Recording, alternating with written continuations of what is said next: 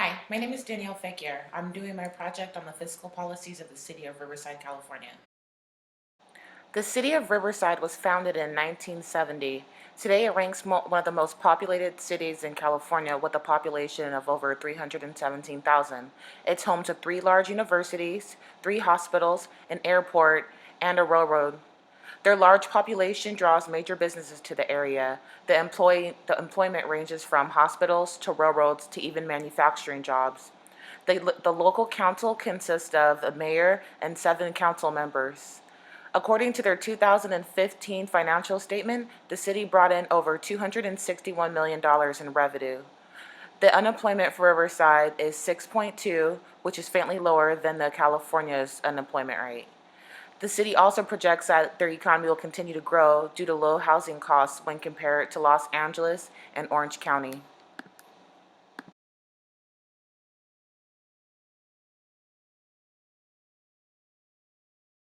Despite Riverside's recent economic growth, they have faced three fiscal issues. They include overspending, the mismanagement of money, and the incompetent council of the city of Riverside.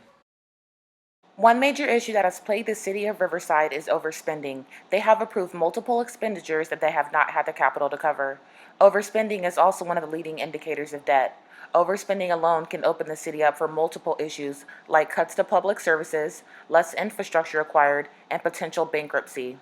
An example of the city's overzealous spending is a recent approved contract with the police. The council also promised a 6% raise under the new contracts, in addition to the increased pension plan. The variable analysis concluded that this contract added $4 million to the projected budget, bringing the debt total to $7.2 million. In addition to the extravagant spending, the past year's revenue fell lower than what was expected. Revenue has gone below the projected mark while the spending has increased. If the pattern continues, the city of Riverside will be insolvent within 2 years. Possible solutions to correct the overspending in Riverside include reducing inefficiency. This means reducing programs and even eliminating them altogether. The private sector can handle certain jobs. It's not up to the public sector to offer everything to the public. The second possible way to reduce overspending is to reduce waste. The government can do this by doing three things. By spending money on by not spending money on projects where the benefit is less than the cost of the program, by eliminating outdated or useless programs, and the third way to reduce waste is by reducing fraud, by actually ensuring that the residents receiving benefits are in need.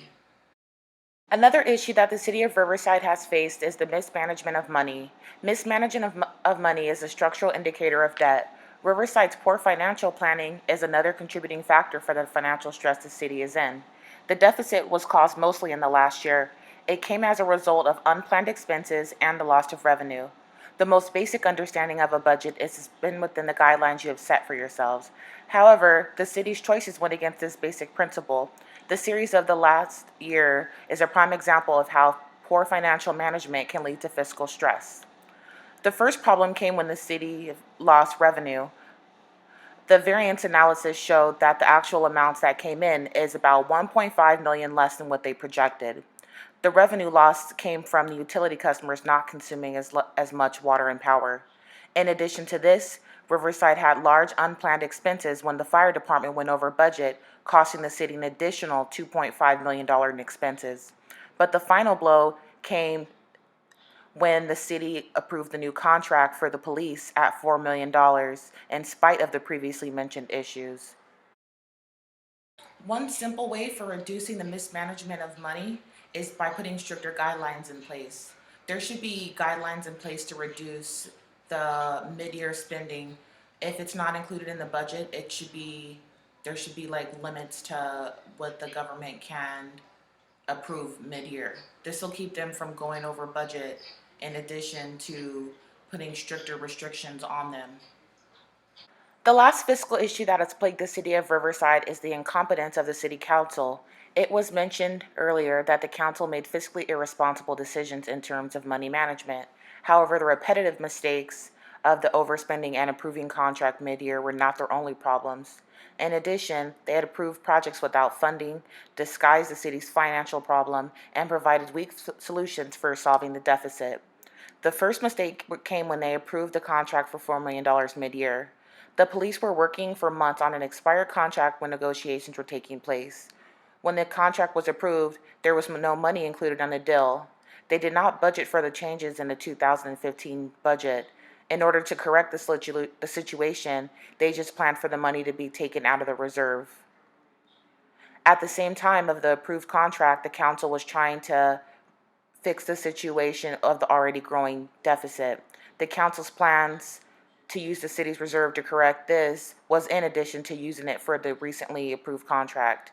But doing so has long-term ramifications.